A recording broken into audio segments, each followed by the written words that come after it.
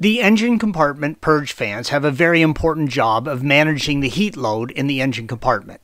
The fans are a high failure item on the 991.1s.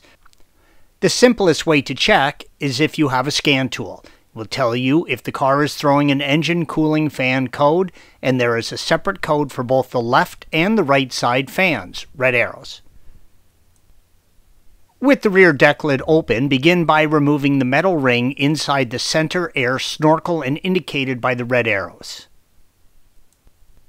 It sits inside the top of the rubber bellows and is held in place by a nub, red arrow, that connects it to the top of the bellows. With the ring removed, pull up on the rear of the air fan housing, red arrows. Once it is released from the rear, slide it out from the chassis by pulling it back towards you, blue arrows. Sometimes the fans will not come out with the housing.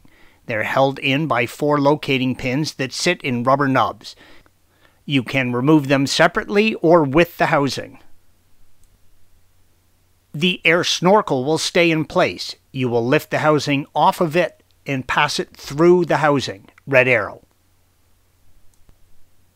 Release the wiring connection for each fan, one shown, red arrow.